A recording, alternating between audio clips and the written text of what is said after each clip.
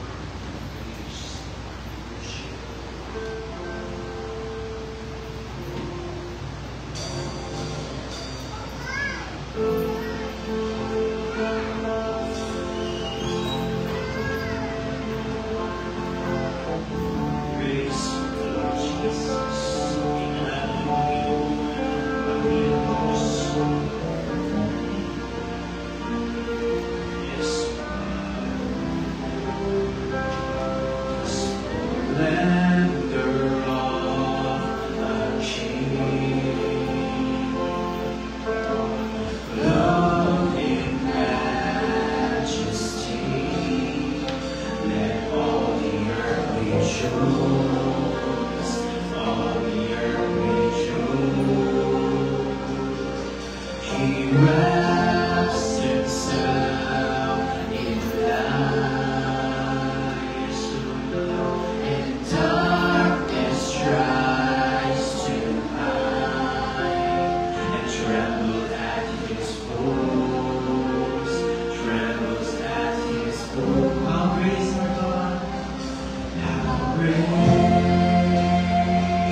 is our God? Sing with me, how great is our God, and all will see how great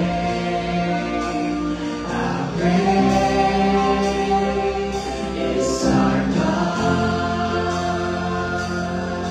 The splendor of a king, splendor of a king is God, clothed in majesty.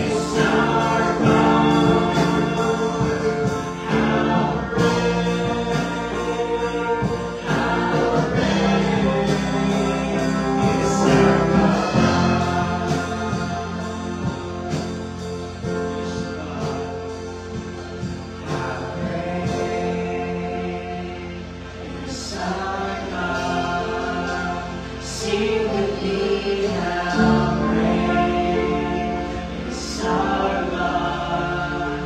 And all will see how great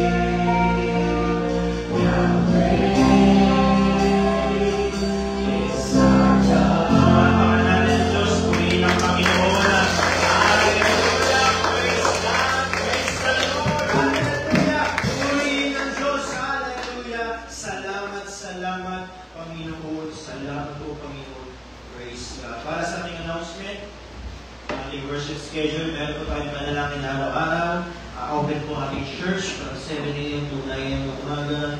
Pwede po tayong panalangin ng tanghali, hapon, o ng gabi kung panalangin ng umaga. Sunday school, 9 a.m. sa pag-aaral, pagtuturo sa salita ng Panginoon. 10 a.m. Sunday morning worship. At 6:30 p.m. ating Sunday evening at natin. Meron po tayo midweek service every Wednesday and same time din po ng gabi. Hallelujah. At nanangin natin ng ating bansa, ating Pangulo, President Bongbong Marcos Jr., pati mga government officials na ating natin mag-pray ang nangyayari sa gobyerno, imasok ang salita ng Panginoon, pagkakanan din sa loob ng gobyerno at makakilala ang bawat sa salita ng Diyos. Pag-pray din natin ang ating mga church leadership international, Pastor Greg Mitchell, Pastor Jessica, Pastor Joe Campbell, sa ating natin ating national leader, Pastor Boyd Esipida, kasama din ng mga regional leaders, Pastor Frank Beneventura, Pastor Nado Utal, Pastor Ernie Lente, Pastor Charlie Marias, Pastor Diel Sibel, at ang ating Mother Church, Pastor Rico. Alamin natin ng palakasan, kasiglahan, ang mga gawa ng ating mga pastor, at magpapagin ng mga mag-asawa na pagkakanin ng mga iglesia sa ibayong dagat sa bansang Pilipinas. Ang fellow Baclaran Daughter Churches, pag-pray din natin, Pastor Person Balbuena, Pastor Noel Torres, Pastor Richard Isay, Pastor Vincent Saber, Pastor Marzo Villano, Pastor Paul Canyosa, Pastor Jude Chaida, Pastor Samuel Ul, Brother Jimson, at Brother Noel sa Caloocan, at ang mga granddaughter churches, Pastor Melvin David, Pastor John Lachianes, Pastor Jess Pancho, at Pastor Larry Lumay. Asama din natin ating mga missionary churches all over the world, Abu Dhabi, Cambodia, Taiwan, Japan, mga maganapan sa Indonesia. Pag-pray natin, Pastor John Ramos, Lagos, Pastor Diki Baranillo, yung mga kapatiran din sa Vietnam. Patuloy natin sa dalangin, pagbubunga churches through sa bansang Vietnam. Panalangin din natin yung bayan ng Pitolo, ating pastor, Pastor Dr. Saracena, yung sambayan, spiritual breakthrough, financial breakthrough, salvation and deliverance, Solaki, Sarili Musali, Sarili Lote, at transportation vehicle, sa ating gawain sa Panginoon. Pray din natin ang mga healing request, at prayer request, Sister Eva Garcia, Brother Nolan Caro, Bonifacio San Pedro, Shirley San Pedro, Rita Gonzaga Dulo, Pastor Comping, at ang iba pang ating mahal sa buhay, huwag nating kalimutan. Patuloy na yung humingi ng kalakasan sa ating Panginoon. Dalangin natin, kalulungan ng ating Diyos. Patuloy natin siyaran ang ating mga mahal sa buhay na hindi pa nakakilala sa ating Panginoon. Sa ating activities, ito pong darating na Sabado, September 30, ating Utang King, Tondo, Manila. Children Bible Conference sa Mandaluyong, September 18 to 19. Ating Jubilee Service, itong buwan ng September sa Baclaran, September 27. Ating Revival Crusade, dito sa ating church, October 4 to 5. At ang ating Impact Team next year, March 21, 2026. Bible study, chain prayers, and preaching survey to be announced. Prayer fasting natin. Every person last week naman. Sa karagdagang pabalita, ang ating pastor ang mag-uulat. Hallelujah! Bago tayo tumakas, isa parang magkakamagandang bahagi ng ating gawain sa Panginoon. Minsan pa, bago tayo tumakot, manalangin tayo, isang papalakpakan, purihin natin ang Panginoon. Basta ng Diyos! Hallelujah! Praise the Lord! Glory, glory to Jesus! Almighty God, all-knowing, praise God! Salamat sa Diyos! Dakilang Panginoon ng liwan ng langit at ng lupa. We worship you, we honor you, God. Salamat, salamat. Praise the Lord. Naman pa na mga pagkakita sa lahat ka, nag-Diyos sa inyong malapit sa inyong natroon. Nadalanan, Panginoon, ang mga activities, O God, nanukuin mo, Panginoon, ang pangangailangan, O God, ang bawat gawain, O Diyos, ang matagumpayan, Panginoon, ng iyong mga salita, O God. Nadalangin, Panginoon, O God, aming mga leaders, international, Pastor Greg, Bishop, Pastor Jessica, aming national leader, Pastor Boyd, Isipida, Panginoon, patuloy ko silang palakasin, ang kanilang mga katawan, Panginoon, malusog, God, aming mga regional leaders, aming mother church, Panginoon, God, at dinadala namin mga prayer requests, healing requests, Panginoon, God, patuloy sila, God, magpilichiman lang, Panginoon, sa buhay na ng Jesus name, Lord God, at dinadala na, Panginoon, na magdadala ng iyong salita, Panginoon, ngayong gabi, ay paghilang mo, Lord, ng mga Espiritu, kalakasan at karunungan, Panginoon, at nadalangin namin, Panginoon, ay mamusot ka sa aming mga puso, God. Lalabas kami, Panginoon, daladala yung biyaya, pagpapala at salita, Panginoon, kami sa dalangin sa gabi ito, sa pangalan ni Jesus. Amen. Tayo magtanggap sa isa't isa, awitan natin ang Panginoon na I've been delivered. Praise the Lord.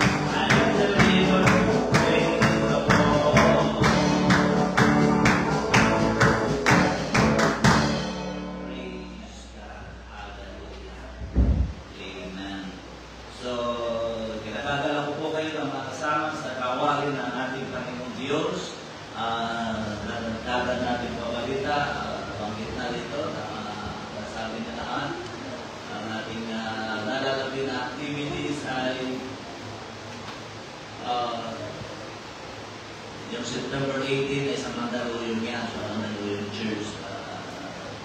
So, yun naman tayo mga ano dyan. So, ang sunod natin doon ay doon sa September 27 sa pagkatuluyan ng ating Jubilee service sa Baclaran Church. Nakasunod noon na yun ang Revival Crusade dito sa Antipolo. At the same time, yun yung ating anniversary dito sa church. Okay, kasunod na noon yung ating impact team dito sa Antipolo, March 21, 2026. Yan yan.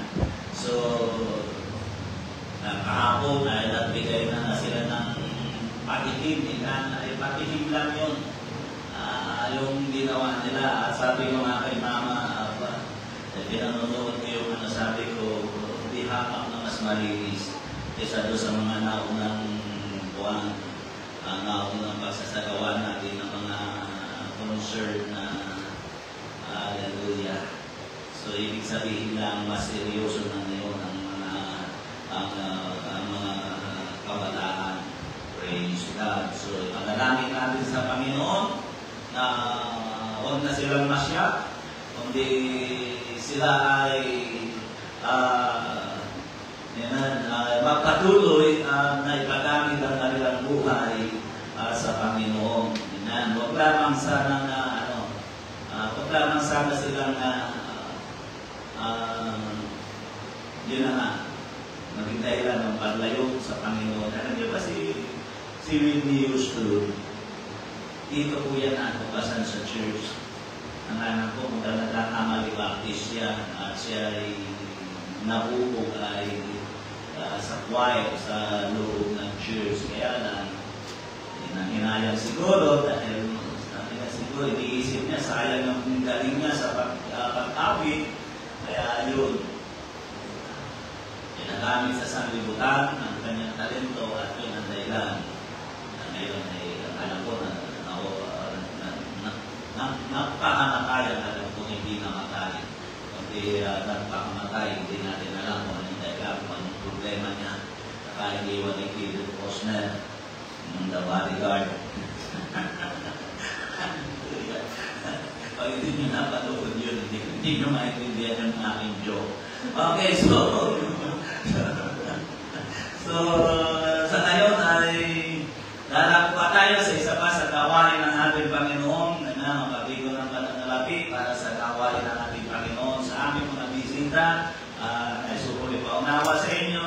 Sorry, hindi ito para sa inyo. Ito'y para sa mga sa bawat isa na nakakaunawa na naiintindihan na kung bakit namin ito ginagawa. Ulitin ko, sa mga bisita namin dito, ulitin ko para sa inyo. Ito'y para sa mga tao na nakaunawa na naiintindihan kung bakit namin ito ginagawa. Okay, so hindi na siguro ako maghamot pa na bakit na patungkol dito. Umaasa ko na excited na sa ako sa ipangangaral ko. Okay, so tayo ay okay. Kasi atong gagawa ko para tayo ay pangunahan sa pagligo. Si ako? Ikaw ba si ako? Ang hirap na kapatid talented na mga kabataan ngayong wabong ng class. Hallelujah. Okay, tayo manalangin sa Panginoon. Dakila at tapat na Diyos, marami pong salamat sa iyong kabutihan. Maraming salamat sa lahat ng bagay na iyong ginagawa at dalangin po namin ay pagpalain po, Panginoon, ang iyong gawain, ang babagsan na iyong mga anak. I-bless mo po, Panginoon. Dahil marami pong salamat sa iyong kabutihan o sa pangalan ni Jesus. Amen. Praise God. Hallelujah. So, minsan pa, awitan natin ang Panginoon. Praise the name of Jesus.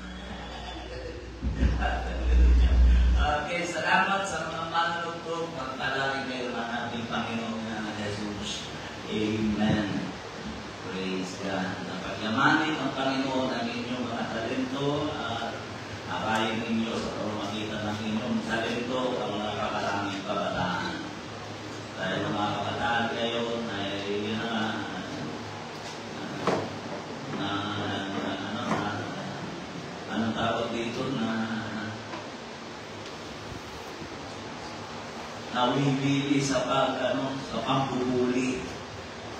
Nakita ko kasi kabataan ngayon, pinagkakaabalahan ng mambuli ng kapwa nila estudyante.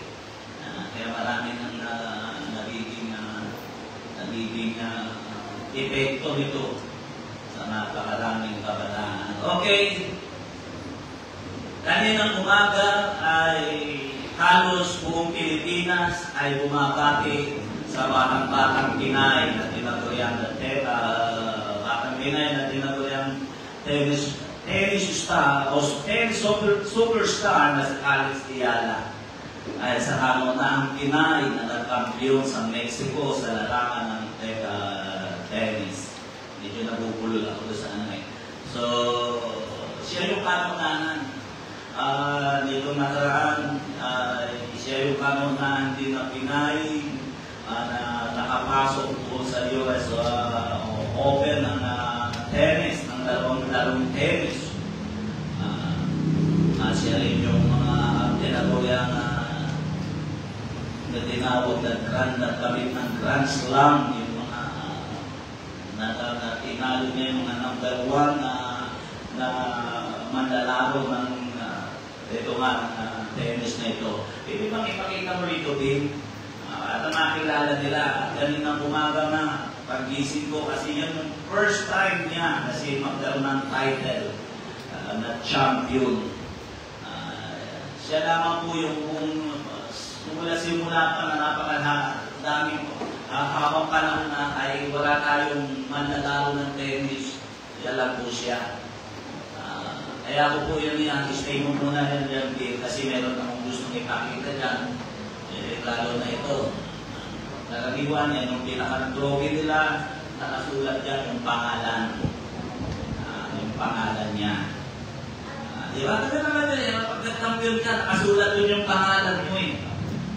Yan po ang nagbibigay ng ng karangalan. Isa sa mga nagbibigay ng karangalan sa Pilipinas. Batang-bata pa yan, 20 years old. At yan po ay taga Quezon City. Kaya nga, yan yung sinabi ni Pastor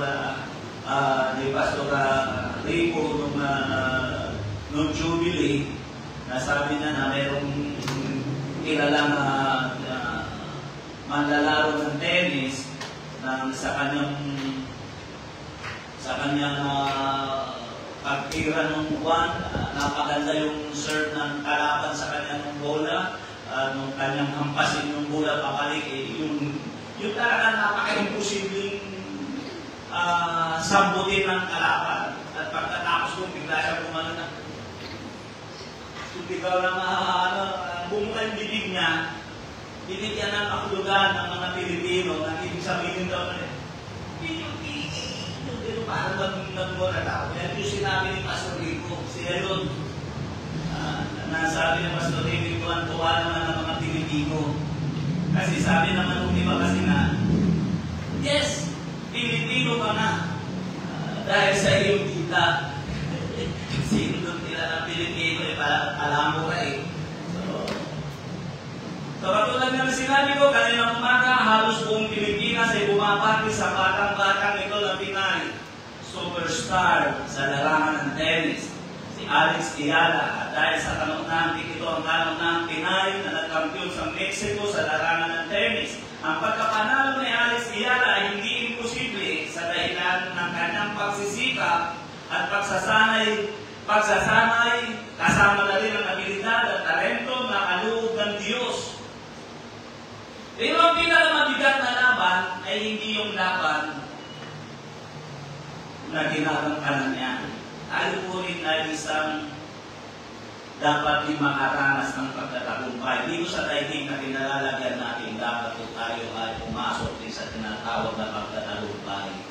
Tulad na sinabi ko, hindi pa yun. Yung laban na dinaharap niya ay hindi pa yun ang pinakamabigat na laban. Ang laban ay hindi, ang pinakamabigat sa ating pagkaalam ay yung laban na hindi mo alam kung anong klase ng laban ang iyong paglalabanan. Ang matindi pa rin dito ay hindi mo alam kung sino ang iyong makakalaban. Kasi paano ka, kung hindi mo alam kung anong larangan ng labanan ng inyong paglalabanan, paano ka magsasanay? Paano magsasanayan po? Yan. Mahirap yun. Bilyar, basketball, karipil, ano magsasanayan po? Paglamoy, yun ang pinakamahirap. Yung nakaharap ka sa isang labanan na hindi mo naman alam, kasi ano, pagsasanayan mo? Hindi ka kaya nito si Alex Ayala, alam niya ang pagsasanayan niya. Yung raketa lang. Doon lang siya magsasanay. At ang matindi pa doon, hindi mo alam kung sino ang iyong nakakalaban. Ayon po sa pinauukulan o sa mga nagsusuri, tayo po ay may mahigit na 300 na relihiyon sa Pilipinas. Pero bakit hindi maramdaman ang epekto nito? O kaya ang pakinapang at kung ano na itulong ng mga nasabing mga relihiyon na ito. Sa Bible, ang church ay tinatawag na kaharian ng Diyos o God's Kingdom. So, ibig sabihin, kung ang church ay tinatawag na God's Kingdom, ibig sabihin nito, ang church ay isang grupo na lalaban sa katiwalian at hindi tamang pamumuhay o gawin ng mga tao. Ang church ang magtutuwid ng mga maling prinsipyo para tao ng isang tao. Kaya tinawag ang God's Kingdom. Ang tawag sa kaharian ng Diyos, kaya sinabi ng Panginoon, magsisi kayo sapagkat malapit na ang kaharian ng Diyos. Pag sinabi kaharian ng Diyos, may mga kawalyan, may mga bihasaya na mandirigma. Kaya lumang ng church ay nagsasatarawan sa isang pakikipaglaban. 300 mahigit ang religion natin sa Pilipinas. Hindi maramdaman kung anong epekto nito. Kaya hindi nga tanong ang lumalabas sa pangyayari. Bakit anong dahilan? Ang dahilan ay hindi alam ng maraming relihiyon kung ano at sino ang kalaban at sa anong paraan ba ang labanan. At ano at sino at saan dapat magtagumpay ng isang church o kaya ay saan dapat magtagumpay ng isang individual na tao ng Diyos. Sino ba ang kalaban at sino ang dapat pagtagumpayan ng tao ng Diyos? Sa ngayon, ang pangalan ni Alex Ayala ay matunog na matunog. Ano ang gusto kong makita ninyo dito? Ang tao'y nagkakaroon ng pangalan pag ang tao'y nagtatagumpay. Yung pong ibig ko sabihin. Ngayon may pangalan siya dahil siya ay nagtagumpay. Batang-bata, 20 years old.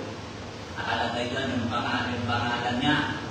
Yung ganyan larawan kung makikita niyo po sa Bible, ibinibigay ng Panginoon sa mga nagtatagumpay. Tingnan po natin. Revelation chapter 2, verse 17. Ang may pakinig ay makinig sa sinasabi ng Espiritu sa mga iglesia. Ang magtagumpay ay bibigyan ko ng manang natatago at sa bibigyan ko ng isang batong puti. Sa Bible lang ay batong puti, pero yun yung reward. At sa bato ay may nakasulat na isang bagong pangalan na walang nakakaalam kundi yung tumatanggap yung magkakalumpay. Kaya kung pinaniniwala, ang pangalan ni Alex Ayala ay nakakukit na sa Mexico.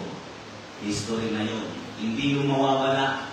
Sino ang gusto rin na ang pangalan mo ay maikukit sa langit? Kailangan magtagumpay ka. Kaya ang langit po ay hindi basta-basta nararating, hindi yung totoo. Ay pag nagising ka na sa langit, salamat. Pag nagising ka na sa impyerno, ay malas mo. Kanina, sinabi ko na ang langit ay naglalaman ng mga taong punong-puno ng layunin sa buhay. At ang impyerno naman ay punong-puno ng mga taong walang layunin sa buhay. Ngayon naman, nais ko sabihin sa inyo, ang pumapasok sa langit, hindi na punong-puno ng layunin, kundi mga taong nagtagumpay at mayroong pangalan. Wala akong papasok doon na walang pangalan. Lahat ng papasok doon ay kilala ng langit. Dahil yun ang sabi rito, binigyan sila ng batong puti at doon nakalagay.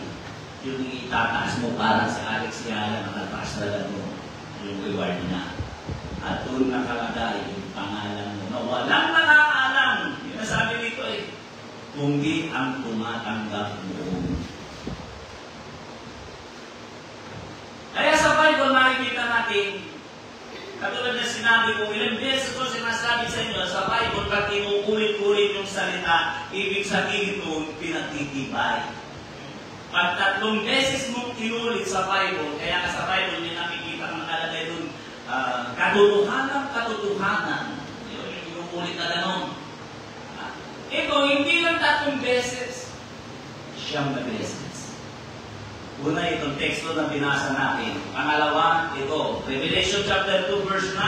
Ang may pakinig ay makinig sa sinasabi ng Espiritu sa Iglesia. Ang magtagumpay ay siya kung pakakainin ng punong kahoy ng buhay na nasa paraiso ng Diyos.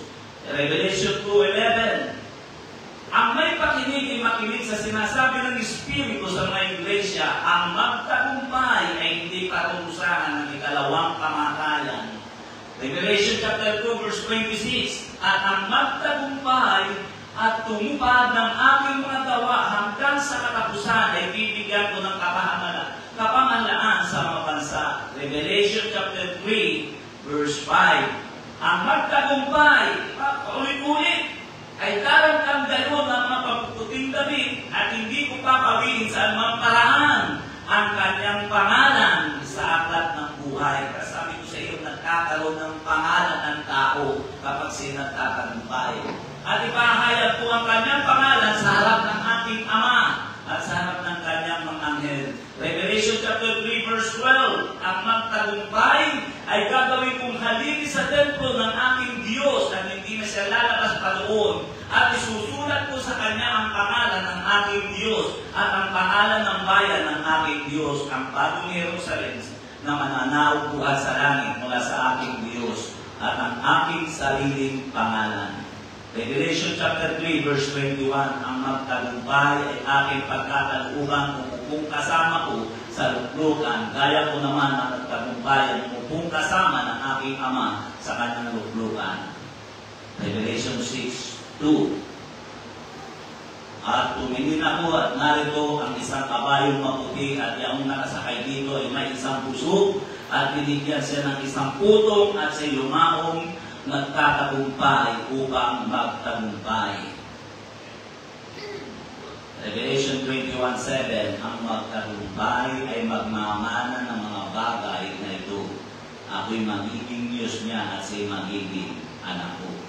Sobra-sobra yan sa pagiging asis kapag papatibay na ang papasok ng langit ay yung mga matagumpay.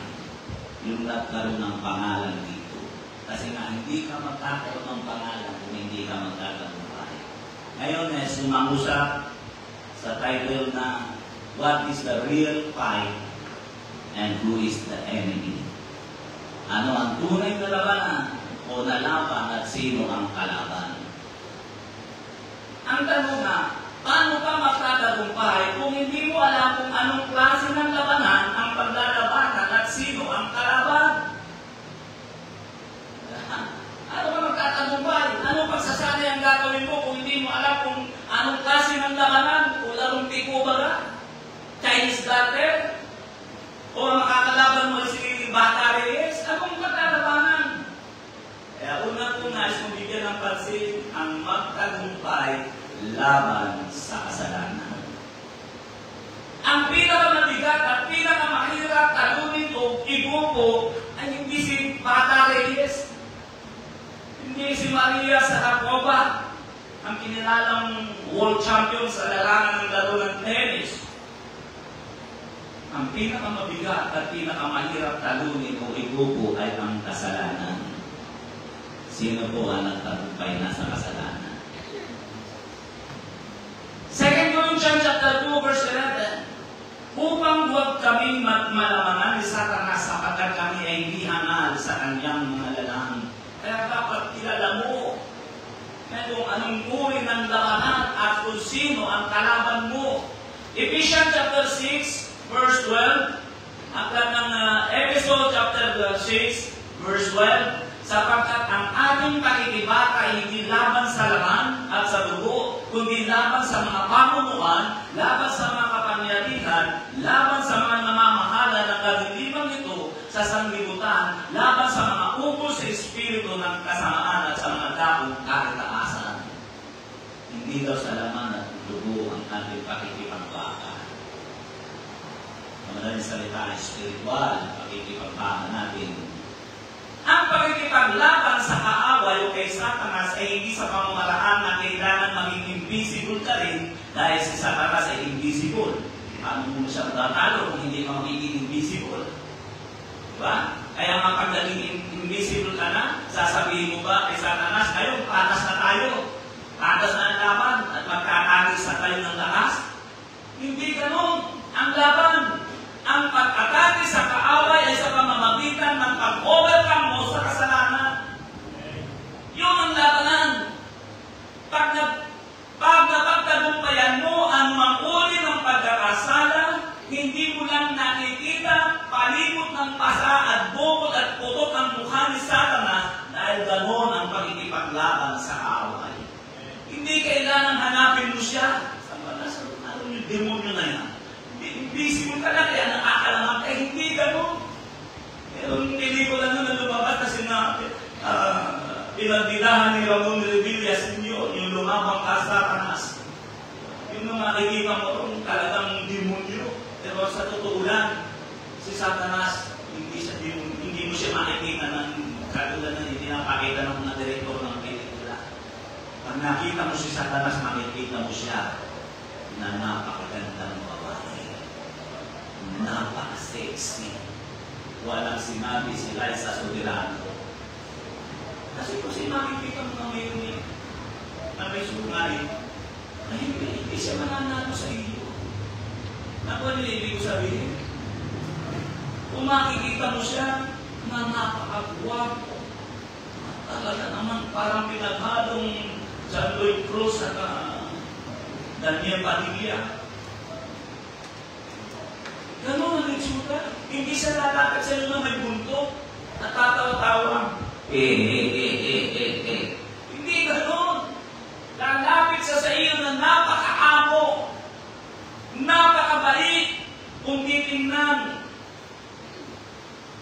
Kaya, pag napagtagumpayan mo ang mga uri ng pagkakasalang, hindi mo lang nakikita palibot ng pasa at bukol at putok-putok ang mukha ni Satanas dahil ganoon ang pagkikipaglaban sa kaaway. Kailangan ma-overcome mo ang kasalanan. Maaari sasabihin mo imposible ang sinasabi mo dahil walang tao ang hindi nagkakasala. Ecclesiastes sa chapter 7 verse 20. Tunay na walang maluwig sa lupa na gumagawa ng mabuti at hindi nagkakasala. Doon mo yung makikita, Ecclesiastes chapter 7 verse 20. Sinundan pa ng Romans chapter 3 verse 23. Sapagkat ang lahat ay nagkasala na at hindi na makaabot sa kalwalatian ng Diyos. Pero walang sinabi na ang tao ay hindi magtatagumpay. Kaya nga yun eh. Kaya nga sinabi ng Panginoon ang magtagumpay. Ibig sabihin, may magtatagumpay. Mayroong gagawa ng pangalan at dito yung ginagawa sa ibabaw ng lupa. Walang sinabi ng tao hindi magtatagumpay sa kasalanan. Kaya nga, ang sabi ng ating teksto, ang magtagumpay ay siyang magpapasok at magkaramit ng buhay at magbibigay ako sa kanya ng batong puti na nakasulat doon ang kanyang pangalan. Ipinakita ni Job kung paano magtagumpay ang isang tao sa kasalanan. Aklat ng Job, chapter 1, verse 8, ganito sabi, kaya patunay ito na mayroong nagtatagumpay sa kasalanan. Job, chapter 1, verse 8, at sinabi ng Panginoon kay Satanas, ino bang pinansin ang aking lingkod na si Job? Sapagkat walang gaya niya sa lupa, wala siyang katulad. Bakit? Sapagkat siya'y nagtagumpay. Ano sabi? Sapagkat walang gaya niya sa lupa na sakdal at matuwid na lalaki na natatakot sa Diyos at umihiwalay sa kasamaan. Ganun po. Kung gusto mong magtagumpay, huwag mismo ikaw ang alakit doon sa kasamaan. Hihiwalay ka. Hindi ko pa pwede sabihin natin. Panginoon, pasensya ka na. Mamalaya ko na lang. May kasama akong chick sa motel. May asawa ka na. Ano yun? Pwede ba mangyari yun? Kapag tatagumpayan mo yan, dahil natatakot ka sa Diyos at umihiwalay sa kasamahan. Ito sinasabi ko, kaya napakarami ng reliyon sa atin. 300 na higit. Ando na saksi, iglesia, Mormons, Catholic, ando na lahat, kasama na tayo. Pero ang katotohanan nun, hindi nila alam na dapat tagumpayan ang kasalanan. Kaya sila nakikihalubilo sa mga taong namumuhay sa kasalanan. Kaya hindi nila alam ang tamang paraan ng pagtatagumpay. Kailangan ihiwalayan mo. Hindi yung ikaw.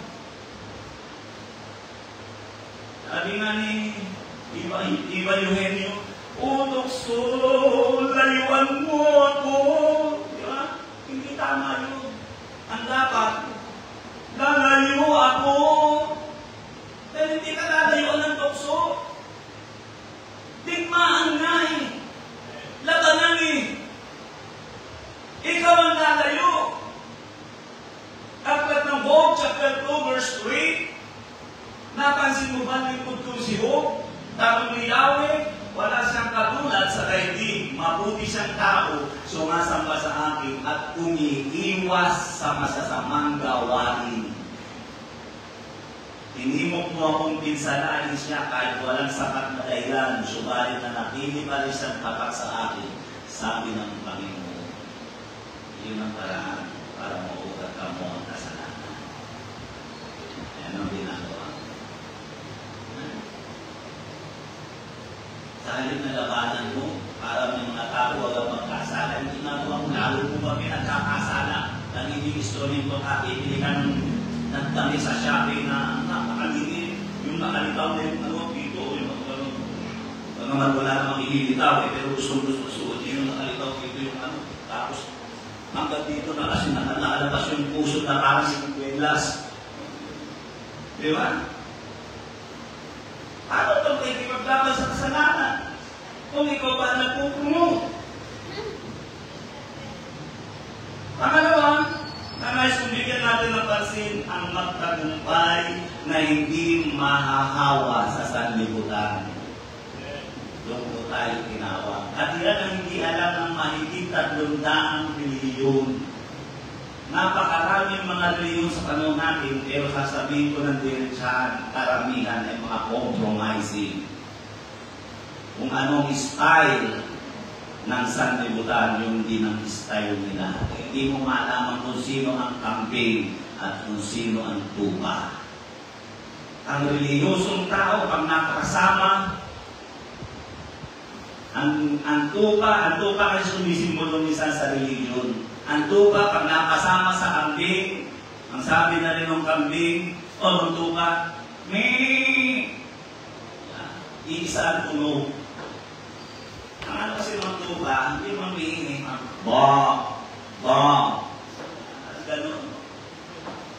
Ang magtagumpay na hindi mahawa sa sanlibutan, doon ka magkakaroon ng pangalan. Romans chapter 12 verse 1 hanggang 2. Kaya ang mga kapatid, ipinamamali ko sa iyo, alang-alang sa mga kahabagan ng Diyos, na inyong iharap ang inyong mga katawan na isang haring buhay, banal na kaya-kaya sa Diyos na siya ninyong kadampakang pagsamba. At huwag kayong magsingayo sa sanlibutan ito, kundi managtiba kayo sa pamamagitan ng pagbabago ng inyong pag-iisip, upang mapatunayan nyo kung alin ang mabuti at kaya-kaya lubos na kalooban ng Diyos. Kung papapawin mo kayo, ay ang ibig sabihin nun ay upang magtagumpay kayo at malaman ninyo kung ano ang mabuti at kaya-kaya at lubos na kalooban ng Diyos.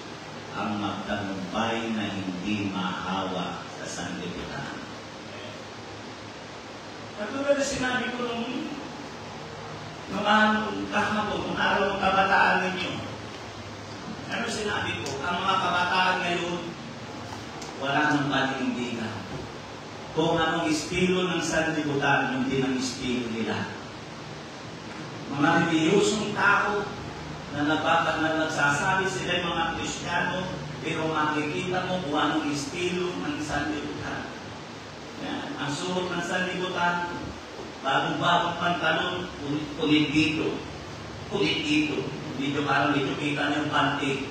O talaga, nakikita ng ganyan. Kaya pati mga Kristiyano, ganun din ang sinusuot. Ewan ko kung meron ang susuot ng ganun na taga-Father's house. Yung iba naman dito, bagong-bagong pantalon. Diba? Ano sabi ng Panginoon? Ang magtagumpay na hindi maapektuhan, maakawa sa sanlibutan ay siyang magtatagumpay. Colossus chapter 3 verse 2-3.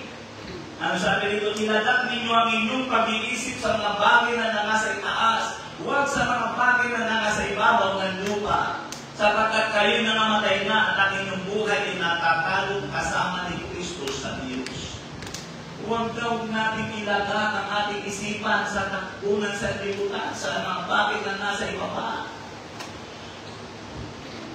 Tingnan mo mga kababaeng ngayon, ginagawang blackboard ng kanilang mga balat. Di ba?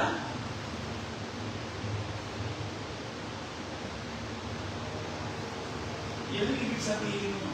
Ang magtagumpay na harap sa Panginoon na malinis ang kanilang balat na hindi kinublitan.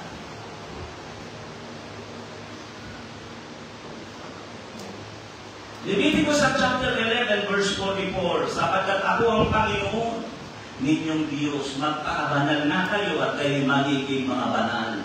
Sapagkat ako'y banal, huwag kayong magpapakahawa sa anumang umuusad na bumagalaw sa ibabaw ng lupa. Actually, ito yung nangungusap sa lahat ng, sa majority dito sa hayop. Pero kung bibigyan mo ng pansin niya, ang sabi dyan, sa lahat ng umuusap, kasama ang tao dyan. Huwag ka lang magpapakahawa sa pamumuhay ng sanlibutan.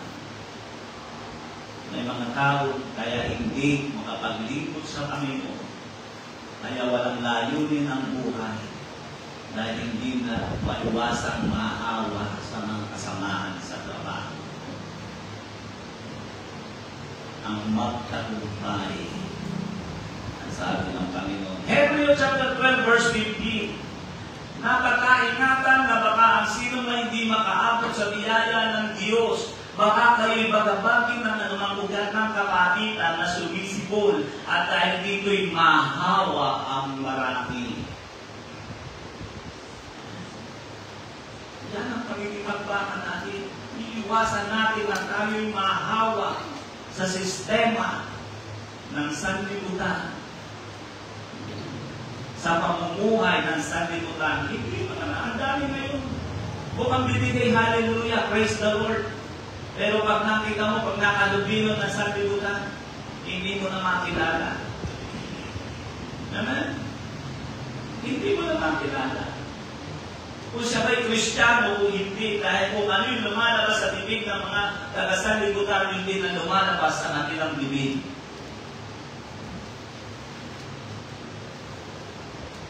Kaya ang tagumpay ay hindi nakikita sa pagsasalita ng hallelujah. Praise the Lord. Hindi ibig sabihin mo, may pangalan ka na sa langit. Kailangan mo magtagumpay. Ingatan mo ang sarili mo. Ay sabi ay huwag mahawa sa sistema ng sanlibutan. Diyan po tayo tinawag. At sa Diyos ng kapurihan, tumatakbo na po ng 4 na dekada na ako po'y naingatan sa tulong ng Panginoon na ang sarili ko'y mahawa sa sistema ng sanlibutan. Ako pinasinggil. Bukang pinig ko yung bastos sa salita. Kaya may natutulas, mapiso dapat lumalabas. Ay, bastos. Yun yung gano'n. Maangkot ka lang natin. Yan ang sistema ng sanlibutan. 2 Peter chapter 2 verse 20. Sapagkat kung ang pagkatapos na sila'y makatakas sa mga pagkahawa sa sanlibutan, sa pamamagitan ng pagkakilala sa Panginoon, so doon natin matatakasan ang pagkahawa sa sanlibutan. Ulitin ko, sapagkat kung pagkatapos na sila'y makatakas sa mga pagkahawa sa sanlibutan, sa pamamagitan ng pagkakilala sa Panginoon at tagapagligtas sa si Jesucristo, ay muling mahalubiluhan at madaig niyaon, ay lalong sumasama ang huling kalagayan nila kaysa ng una. Pagkatapos mo daw makakilala sa Panginoon, ay maahawa ka sa sanlibutan. Matthew chapter 24 verse 13. Ano sabi dito? Datapwat ang magtiis hanggang sa wakas ay siyang magtatagumpay. Ang iyong pagtitiisan, magtitiis kami hindi ka maawa ng takbo ng sanlibutan. Puso-puso, ang lahat ng nagiging puso sa panahon natin ay hindi ka lulubog sa Diyos. Puso-puso na yung palitan ng asawa. Totoo yun. Puso-puso na yung palitan ng asawa. At panguli, hindi ba magtatapos ang magtagumpay na huwag mag-alinlangan. Dahil dumarating ang panahon ng pag-ibig ng marami ay lalaki. Bakit lalaki? Dahil nag-aalinlangan na kung talaga bang tunay na may Diyos.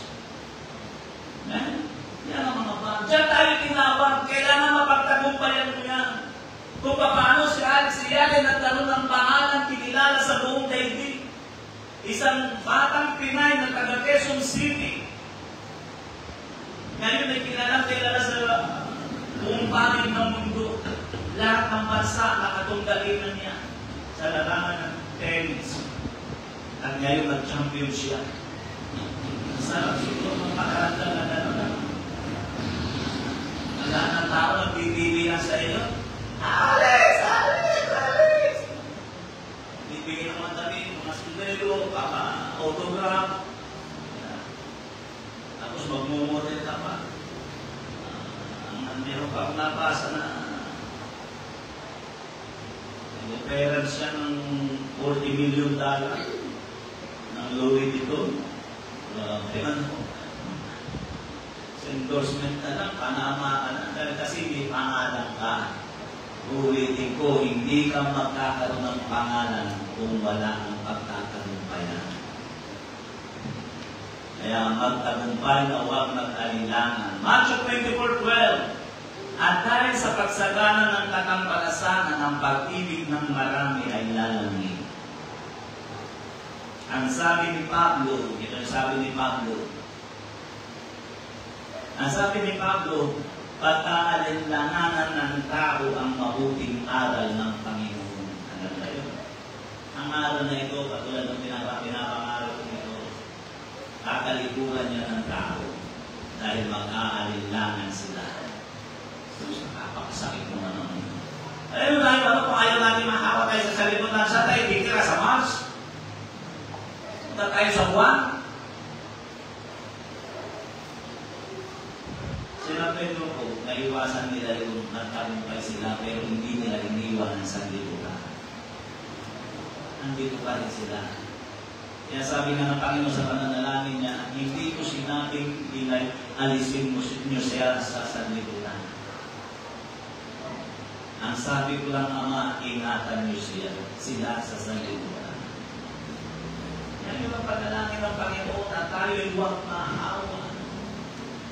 Dahil ang paggawa ng kasalanan sa sanlibutan ay pangkaraniwan at ibinagmamalaki. Alam niyo ba yun? Alam mo, hati-hati lang po ha. Yung asawa ni paring, lumul.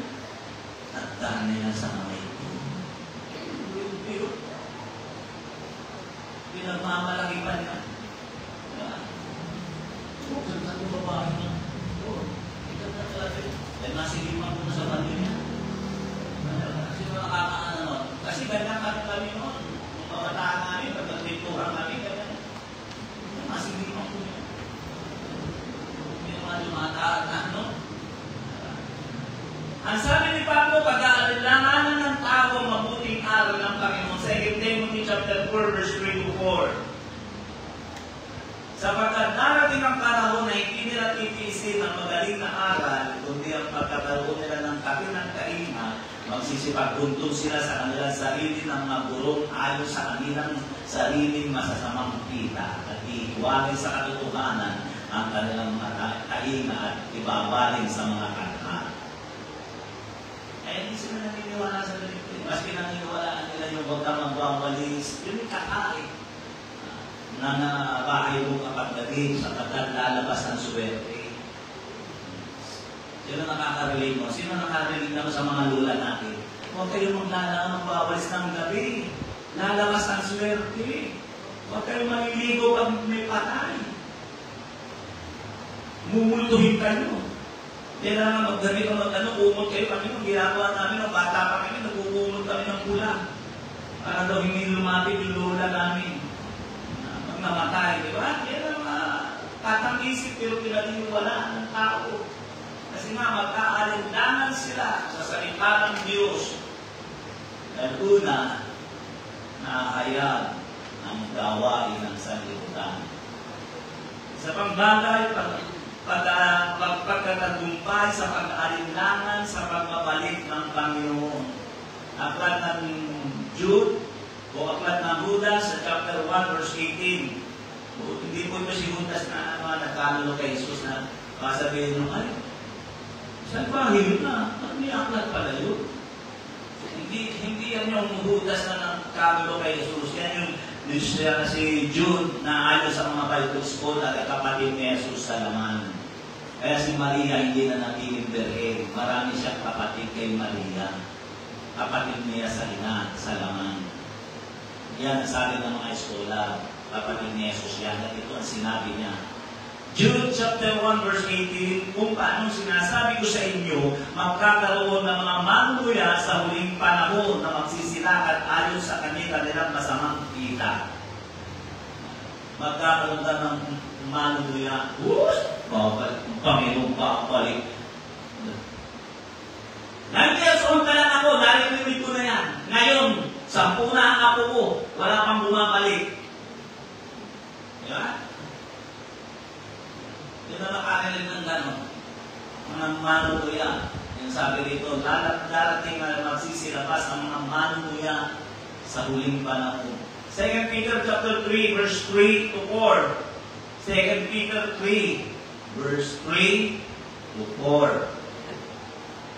Na malalaman mo na ito na sa mga huling araw ay magsisiparito ang mga manunuya na may pagtuya na magsisilakat ayon sa kanilang masasamang kita. Verse 4, at magsisipagsabi, saan naroon ang pangako ng kanyang pagparito? Sapagkat buhat ng araw ng mga tulog o mga matari, ang mga magulang ay nananatili ang lahat ng mga bagay na gaya ng kalagayan nila mula ng pasimulan ng paglalangit. Ibig sabihin, mula pa sa kanilang kanununuan, sinasabi na yung pagbabalik hanggang ngayon ay walang nangyayari. Kaya, yan nasabi dito, kaya maraming mga taong magkahalin na babalik. Babalik. Tagal na sabi mo, babalik. Bumalik na si MacArthur, hindi pa nabalik. Ako rin ibig sabihin. Kaya sabi ng Panginoon ang magtagumpay ay bibigyan ko ng batong puti at susuotan ko ng damit na puti at sa batong puti na niya mo nakasulat doon ang kanyang pangalan. Nagkakaroon ka ng pangalan. Ikilalangin ka sa langit. So nakuha niyo yung ibig ko sabihin. Sino pang nais magtagumpay? Walang kalunan na papasok sa langit. Tandaan ko rin yan. Walang kalunan na sunod-sunuran sa sistema ng sanlibutan. Alam niyo, ang mga mapagtagumpay, kayo mga narito na kaharap. Kasi yung iba sa inyo nakipagbaka, pinilihan ng mga magulang, nakipagbaka sa pwedeng overtime na pwedeng nila makanig. Di ba? Yung iba sa inyo, di ba? Pero yung iba pala dito, hindi siya na nagtagumpay. Kaya wala sila dito. Maaari yung iba nakinig sa sinabi ng kanilang kamag-anak. Subukan pumunta doon, palalayasin kita. Kasi sa mga patas ng buwang natin na yan, subukan mo, palalayasin kita. Mamili ka, pag-aaral. Kita naman po natin ko. Ano mamili ka? Pag-aaral? O yung born again na yan. Sabi ko born again. Kasi hindi nga alam, hindi naman ako nakapasok. Nakapasok ako sa school, nakagrudge. Yung loob ko, binipilo ko ng gano'n. Nilalagay ko nito at nanonood akong APJ ko sa Marvel. Ano sa Ena? Kalabas pa noon yung panday. Tuwa ko. Ano hindi ko sabihin? Tapos papipiliin ako. Pipiliin ako sa church. Salamat sa Panginoon. Nakakilala ang aking ina at naunawaan niya. At sinabi niya sa akin ng malilutan, isang masaya, susuportahan kita. Iyaw namin ang ating mga ulo, nag-usap ako sa simple, payak na pamag-usap. Dito tayo tinawa, what is the real fight and who is the enemy? Ano ang mga bagay na dapat natin mapagtagumpayan? Ito yung dapat natin maunawaan. Praise God. Hallelujah. Kaya habang lumalapit ang mga manunugto,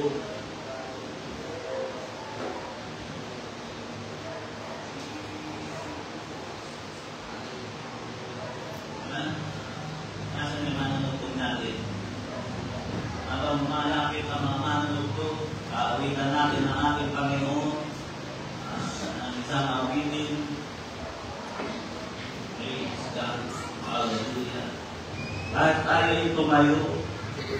Nangusap ako sa isang simple, kaya na pangusap. What is the real fight? And who is the enemy? Minsan ang kinakalaban natin, hindi yung kalaban. Minsan ang kinakalaban natin ay yung kabataan, yung kabituanan. Nagawa ko nun eh. Sino nakaranas nun? Naranasan ko yan. Nakakalalang sa labas, sigaw na sigaw sila. Oh, mga buwan! Yung kinakalaban sila yung kabituanan. Tumingin ka na, nalibasan ka ng butog. Kahit man dito, dati na nasigaw ka sa likod. Bola! Nasigaw ka sa likod sa yung mga kinakalaban nila, hindi nila alam kasi nga hindi nila alam kung sino ang kalaban. Darating ang panahon na sabi ng tayo mo, itinakda sa taong mamatay ng isa, pagkatapos mo na ipagluho. Nahanap tayo ang magbuong mga bibigay sulit sa Panginoon. Nagtagumpay ka ba? Anong pinagtagumpayan mo? At sino ang kinalaban mo?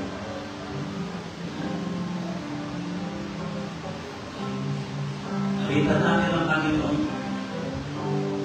Praise the name of Jesus.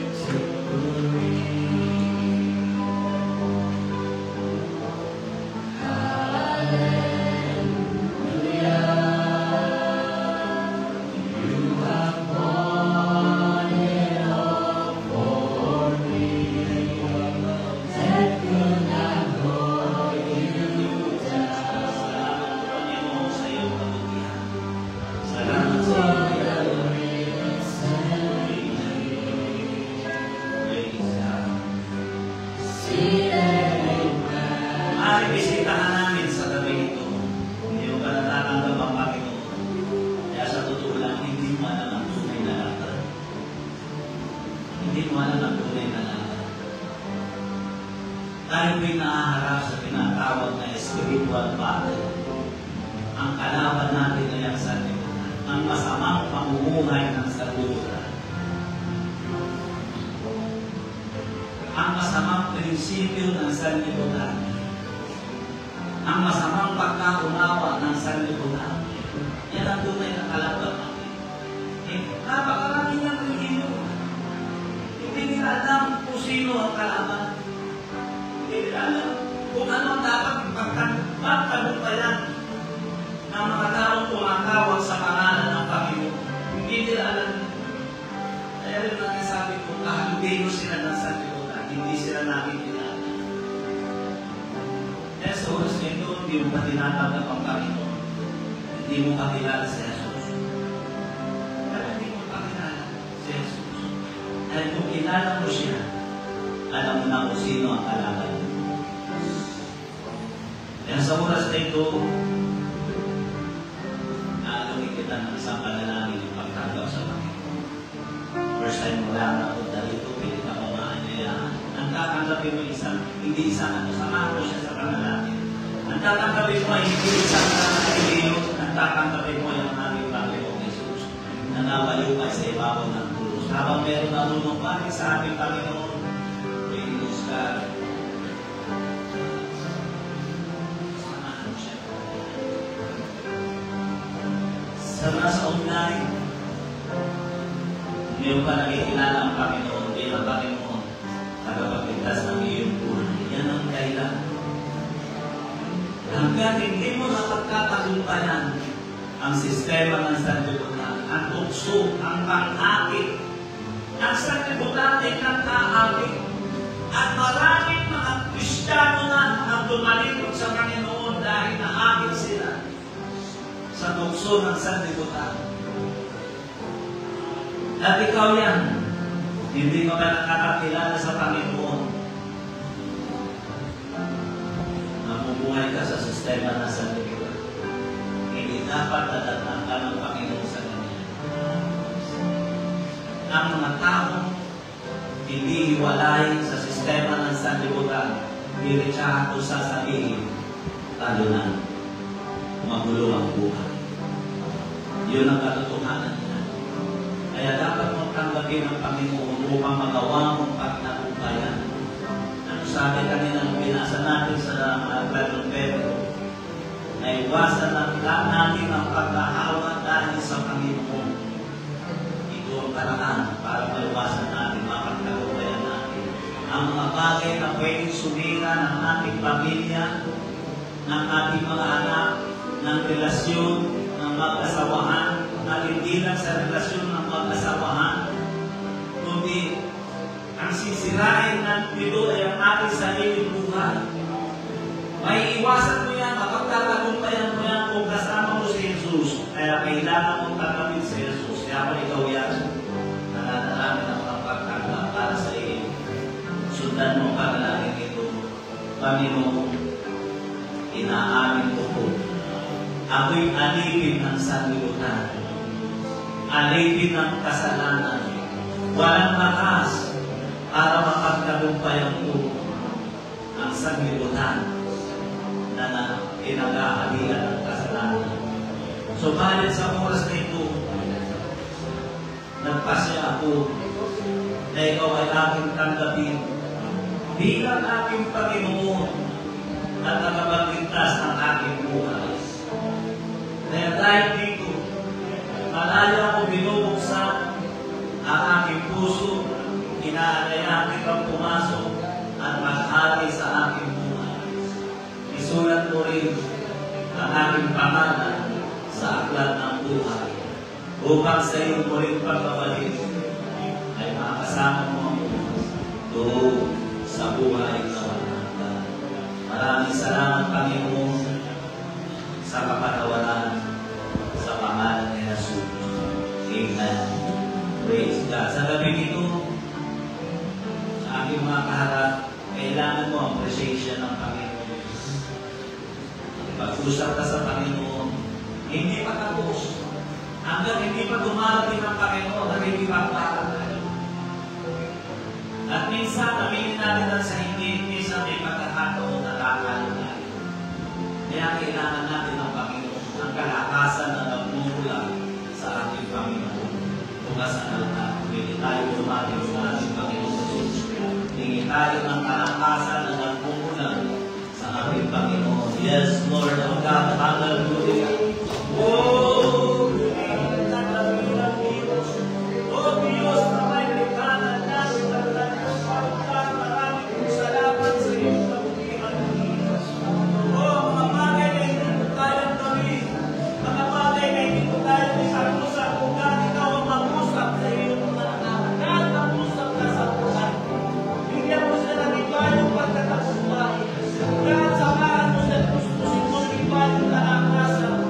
Lord,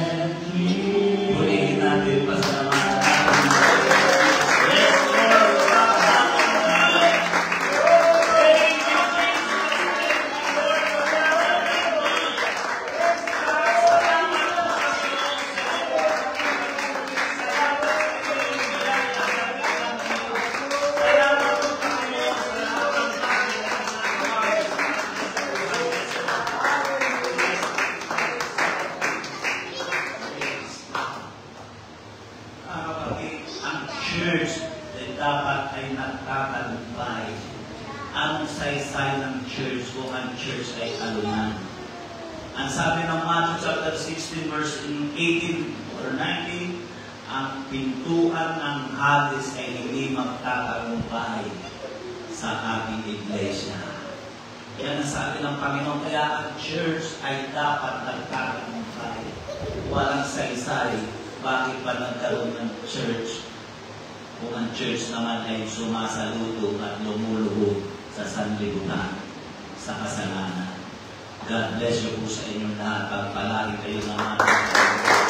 Praise ang mga Jesus. Isa pa, alitan natin ang Panginoon. It's a blood that sets me free. Sets me free.